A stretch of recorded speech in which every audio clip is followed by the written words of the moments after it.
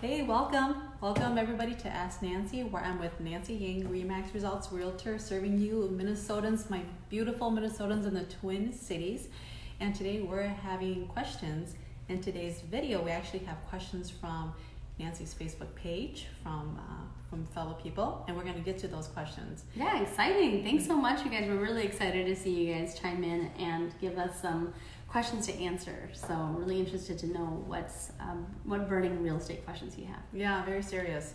And if you're watching, if you're new, welcome. But if you watched us before, thanks. Tell a friend about Nancy at the Facebook page about Remax Results, and also like and follow the page as well. So before we get to that, on Zillow, we're going to read the 5-star review. This is for you. And today's review is from Christopher Splinter. So thanks, Christopher. Nancy was fantastic. From the moment I contacted her, she was responsive and professional. I took her recommendation of a list significantly more than the number I had in my head. So lots of good recommendations. And we sold quickly for the full asking price. Awesome. Even after signing the purchase agreement, Nancy remained steadfast in her quick communication, which again, I love. I love it when people communicate really well. And also had attention to every detail. Nancy made my life easier throughout the entire process. Way to go. Thanks, Christopher. Yeah, Christopher was an amazing client to work with, actually. So he actually worked in a tiling company, a tile shop, actually. Mm-hmm. And he ended up purchasing his uncle's property over in East St. Paul. Mm-hmm. And he did an amazing job. He literally did all the work in the home. This one specifically actually had some major foundation issues where they had to have a foundation company come in and do a piering system to restabilize the house. But wow. I remember he did such a top-notch job. So I've actually helped him twice sell that home, and then he was able to take his proceeds, bought another home. It took him a few months to work on it, and it turned into this beautiful, I actually have to find photos and I'll share it with them, online, but another beautiful home over in Dayton's Bluff. So Chris, love you. I know, he might be thinking about buying a home to live in himself, but has been, using all of his amazing skills doing work for others and for himself. So, all right, way to go. Thanks, Chris. Okay, Nancy, are you ready for today's questions? Sure am. We got 2 questions, not 1 but 2. So this is from Melissa Wesley. Thanks, Melissa. Right. Her question was, let's say if you sell a home, so there's a buyer and a seller, is the buyer more willing to buy the home if the seller is willing to pay for the closing cost? Sure. Got it. Closing cost. Yep, absolutely. And Melissa, thanks so much for sending that offer. I've actually been working with her to look at some homes, and we made a offer or 2 as well. Mm-hmm. So what's going to typically happen is that, yes, buyers in general, right, we want to, we typically want to have our own concessions or have the seller pay some concessions for us. Mm-hmm. So I always tell people is that usually there's 2 agents involved in real estate, right? The seller, of course, wants to get top dollar if they can. However, as a buyer, we want to pay as little as we can. We want to get the best deal, stretch our mortgage dollars, right, and get the best house. So yes, buyers are more likely to purchase a home from a seller if a seller is willing to help them with some of their cost. What I try to remind buyers and sellers both when I'm working with either side is that when a buyer is asking you to pay for their closing costs, they're saying, seller, I don't have quite enough to cover all of my closing costs out of pocket right now. So we're really actually financing the closing costs into the sales price, right? It's not for free. Yeah, okay. That's right. So I try to remind buyers as well when we're getting ready to write an offer that, okay, let's say we're going to offer $250,000 on a home. And we're asking the seller to help you with, let's say, $5,000, right? Mm-hmm. In terms of closing costs. So what that means is that as a buyer, you're bringing $5,000 less to the closing table, and the seller literally is giving $5,000 out of their own pocket to you, so you don't have to pay those funds, right? Mm-hmm. However, if the seller says, yes, buyer, I will, accept your offer at $250, and I'll give you back $5,000, right?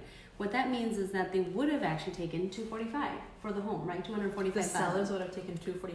Yes, okay, that's right. Mm-hmm. If you had your own money to pay your own closing costs, right? Mm-hmm. However, so by adding those, that $5,000 to the sales price, we're really just financing that now over 30 years with interest, essentially. So it's great for a lot of first-time home buyers who, closing costs, down payment, that can be a barrier in order to be able to buy a home.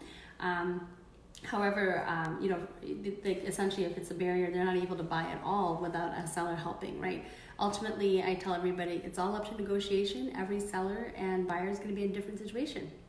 Okay, thank you, Nancy. Melissa, I hope that really answers your question. It is more to think about. It's an adult question. Should you finance it? Should you pay for it? Okay, I hope that helps, Melissa. Thanks for your question. One more question. You ready, Nancy? Yeah. Okay. So this is from Eat Die. That's a Facebook name. Yeah, I was actually, I'm like, is this a real person? Right. I really quick want to say hi to Cinder Jung Jordan. Yeah. Hey Cinder, thanks for tuning in. Thanks for watching. Okay, so and actually this question is very popular. It's actually one of the most researched, typed in Google questions in Google search aside from COVID. Okay, but is it? Should I buy? Is it a buyer's market? Should I buy a house? Which is it's a strange question, but should I buy? Yeah, absolutely. Buyer's market. Yep. So what I tell you is that it's kind of it's like a broad answer, right? So on the one hand, my mentality has always been, regardless of wherever you live in the United States or anywhere, we all need to have housing, right? And the question about should you buy is really your personal situation, right? Like, are you working a stable job? Are you equipped to buy? Do you have down payment to buy? But it's always better. I always think that your home tends to be your biggest investment. At the end of the day, if you are making a mortgage payment, you're actually putting money aside in your home for yourself, versus if you were to continue to rent, you're paying your landlord's mortgage, which they're very thankful for, but what do you get? It's a little bit like renting a car, right? You get to use the space. You don't have a ton of responsibility over it. You can just give it back when you're done with it. But when you give it back, you essentially only get your things. Like, essentially you rent a house and you get to take your things with you, but all the money that you spent, you don't get to see a dime of it, right? So now the question is, in all honesty, the last 4 years or so, 4 or 5 years, has really been more of a seller's market, which makes it harder for buyers to buy, right? Meaning that there are more buyers than there are home listings on the market, right? Okay. And so what that's done is it's driven the price up. Of course, the law of economics, supply and demand, applies.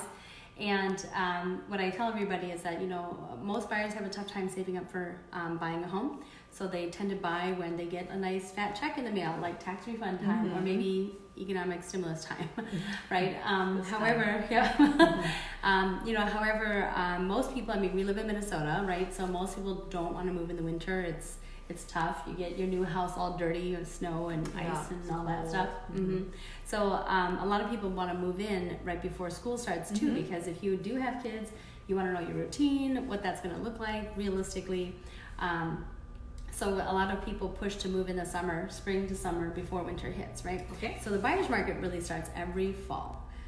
Most sellers, if they're being educated by their agent, is going to tell them, hey, you're probably going to have more buyers looking at your home come spring, if you can hold out until spring. Okay. However, people need to sell for any number of reasons. Maybe their job transferred to another state, or a divorce, or someone passed away in their family, or something like that. For people who just need to sell, as a home buyer, you can actually sometimes get a 5 to maybe 10% discount in the home price if you were to buy sometime in the fall and winter. Oh, okay. Yeah. So again, it's been primarily a seller's market, meaning sellers are having an advantage over buyers because there's simply so many buyers to pick from, right? So if you don't love everything about their house and you're not so happy about something that you inspected and found in the home, and you decide, hey, I don't want to buy this house anymore, the seller can say, well, that's okay. Well, maybe there will be somebody else out there who's willing to give me the same as you or more. So as a buyer, we're at a disadvantage. But, okay. Yep. So again, starting in fall. Big question, big answer. Yeah. Should you buy? So, Okay, so that's it. That's it for Ask Nancy. Thanks so much, Nancy, for answering our real estate questions. Really big deal. One of the biggest purchases we make in our lives. Yeah. And we want to give shout-outs, right? Shout out to this place. Yep, we're actually in Summers Landing in Cottage Grove. So we're going to do another video that will kind of just give you guys a walkthrough of this beautiful little villa that we're in. That's great. It's even got an extra bonus loft. And, so I want to thank Daniel Hansen at, actually he's representing a local builder, Capstone Realty. And great. what they do is, they've been building out in this Cottage Grove area for some time, but they build a really high quality product. Walking into the house, I was really surprised by just how modern everything is. It's all the right colors. It's all Pinterest perfect. One of the largest privately owned builders in the Twin Cities, family owned. Yep, very nice. Yep, absolutely. So we'll do a walkthrough of that, and a couple other shout outs that we wanted to. This is a cute shout out. Yep. Listen, okay. Mention. Well, I wanted to give a shout out to Meng Lor. Hi. Yeah, he's actually a past client of mine, and he is launching a podcast called Two Hmong Boys. So cute, very cute.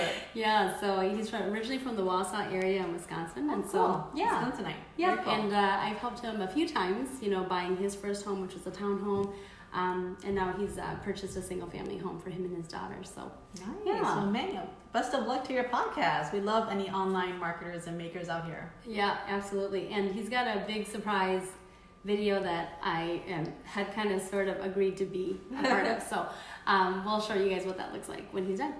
Well, again, if you just watched in, thanks so much for watching Ask Nancy. We asked questions about should you buy and also about closing costs. How would you feel if the sellers paid for your closing costs more than that if you had it financed, those closing costs?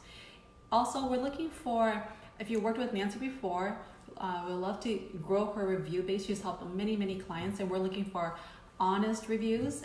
We'll love to give out like Starbucks gift cards for honest reviews if you worked with Nancy, so that she can improve on what she's working on and others can see the work that she does. Hey Melissa, thanks for watching. Thanks for submitting your question. You have to replay our live video. Yes, watch the replay. Catch our answer, but we really appreciate you tuning in and checking out our show today. So thanks. Have a good week. Bye.